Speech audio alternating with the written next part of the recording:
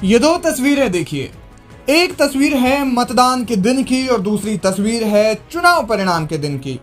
एक तस्वीर में आप देख सकते हैं कि लोग घायल हैं, कपड़े कीचड़ से सने हुए हैं, किसी का चेहरा सूजा हुआ है, मानो किसी ने सीधे चेहरे पर वार किया हो। ये पहली तस्वीर उत्तराखंड के मंगलौर विधानसभा की है। जिस दिन मतदान हुआ उस दिन मंगलौर में हिंसा हुई और आरोप लगा कि बीजेपी कार्यकर्ताओं ने कथित तौर पर काजी निजामुद्दीन के समर्थकों को वोट डालने से रोका और इस दौरान उन्होंने हिंसा का सहारा लिया। इसके बाद काजी निजामुद्दीन मतदान के दिन ही अस्पताल में घायलों से मिलने पहुंचे, उन्हें गले लगाया और फिर वे रो पड़े।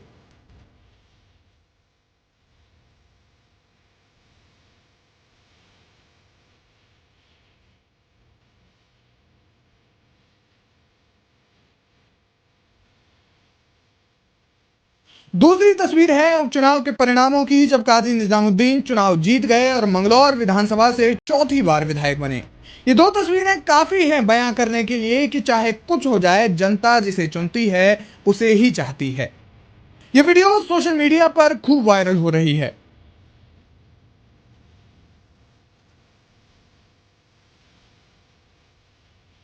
कांग्रेस के टिकट पर चुनावी मैदान में उतरे काजी निजामुद्दीन ने बीजेपी के करतार सिंह भड़ाना को 422 वोटों के अंतर से हरा दिया।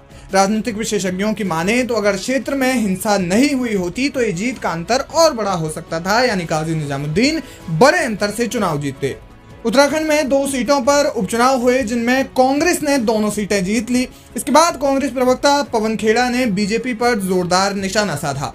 उन्होंने कहा कि लोग कहेंगे कि मंगलौर मुस्लिम बहुल सीट थी इसलिए कांग्रेस वहां से जीत गई, लेकिन फिर बद्रीनाथ भी हम ही जीते हैं जहां 97% से ज्यादा हिंदू आबादी रहती है।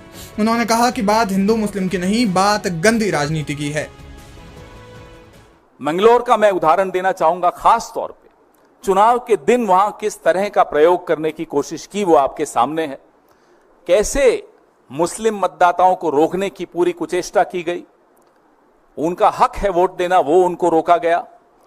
आज मैं सोशल मीडिया पे देख रहा था, कई टिप्पणियां भारतीय जनता पार्टी के समर्थक कर रहे थे, अरे मंगलौर तो मुस्लिम बाहुल इलाका है, कांग्रेस को जीतना ही था। तो मैं उनसे पूछना चाहता हूं, बद्रीनाथ 97.68% हिंदू है ना।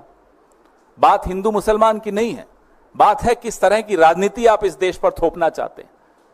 वो ये देश स्वीकार नहीं करेगा। अयोध्या में जो हुआ आपने देखा, नासिक, रामेश्वरम, रामटेक, बद्रीनाथ, ऐसे तमाम ऐसे कई और मैं उदाहरण दे सकता हूं जहां इन्होंने एक तरह से ऐसी राजनीति करने की कोशिश की जिसमें लोगों की रोजमर्रा की जिंदगी से जुड़ी हुई कोई बात का स्थान नहीं था। उन मुद्दों को वो सामने नहीं आने देना चाहते थे, सिर्फ और सिर्फ लोगों को लड़ाकर विवाद पैदा करके राजनीति करना चाहते थे। उसका आज एक बहुत करारा जवाब लोगों ने दिया है। देश के 7 राज्यों में हुए विधानसभा के उपचुनावों में बीजेपी को गहरी चोट लगी है। 2014 के बाद ये पहली बार है जब बीजेपी को लगातार इतने झटके एक साथ मिल रहे हैं। पहले लोकसभा चुनावों में करारी चोट, इनमें उन सीटों को भी गंवाना जिन पर बीजेपी को आंख बंद करके भरोसा था। इसके बाद उपचुनावों में पार्टी तो छोड़िए, एनडीए के प्रत्याशियों का निर्दलीय प्रत्याशियों से भी हार जाना, ये दिखाता है कि जनता के बीच मोदी लहर सुस्त होती जा रही है।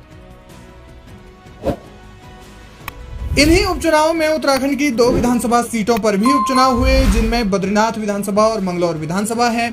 बद्रीनाथ विधानसभा सीट पर कांग्रेस से ही बीजेपी में आए राजेंद्र भंडारी लखपत सिंह बुटोला से हार गए, तो वहीं मंगलौर में काजी निजामुद्दीन ने करतार सिंह भड़ाना को हरा दिया। काजी निजामुद्दीन के बारे में बात की जाए तो वे राजनीति के कोई कच्चे खिलाड़ी नहीं हैं और ना ही वे पहली बार विधायक बने हैं। बहुत ही उच्च शिक्षा प्राप्त किए काजी निजामुद्दीन बसपा के टिकट पर मंगलौर से 2 बार चुनाव जीत चुके हैं, जहां उत्तराखंड में बसपा से वे 2 बार विधायक रह चुके हैं। ऐसे में जानते हैं कि कौन है काजी निजामुद्दीन और राजनीति में उनकी पृष्ठभूमि क्या है। काजी निजामुद्दीन राजनीतिक पृष्ठभूमि से आते हैं। उनके पिता उत्तर प्रदेश सरकार में वन और उप कारागार मंत्री थे। ये बात तब की है जब उत्तराखंड अलग राज्य नहीं बना था। जाहिर है कि राजनीतिक सूझबूझ उन्हें विरासत में मिली। जब उत्तराखंड उत्तर प्रदेश से अलग हुआ और नया राज्य बना तो वे विधानसभा के पहले प्रोटेम स्पीकर चुने गए।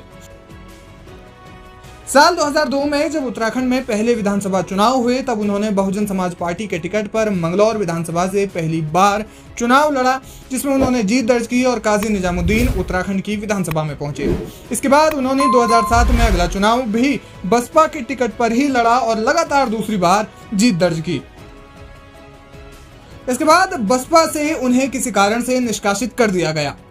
इसके बाद उन्होंने कांग्रेस का दामन थामा और 2012 का चुनाव कांग्रेस के टिकट पर लड़ा। हालांकि इस चुनाव में बसपा के हाजी सरवत करीम अंसारी ने उन्हें हरा दिया, लेकिन 2017 के चुनाव में उन्होंने जोरदार वापसी करते हुए मंगलौर विधानसभा से जीत दर्ज की और तीसरी बार विधानसभा पहुंचे। हालांकि 2022 में वे फिर से हाजी सरवत करीम अंसारी से हार गए। उन्हें पटखनी दे दी। नवंबर 2023 में हाजी सरवत करीम के निधन के बाद मंगलौर विधानसभा में उपचुनाव हुए और नतीजा ये रहा कि काजी निजामुद्दीन ने बीजेपी के करतार सिंह भड़ाना को हल्के से अंतर से ही सही लेकिन हरा दिया और इस तरह काजी निजामुद्दीन 4 बार विधायक बन चुके हैं। फिलहाल वे राजस्थान कांग्रेस के सह प्रभारी हैं और साथ ही राष्ट्रीय नेतृत्व में उनके पास राष्ट्रीय सचिव की जिम्मेदारी भी है। की रक्षा कौन करेगा? रक्षा कौन करेगा? रक्षा कौन करेगा?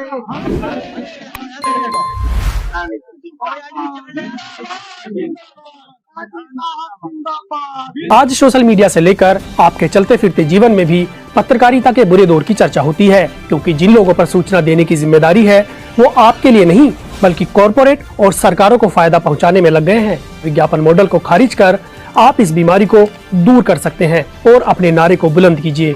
मेरे खर्च पर आजाद है खबरें।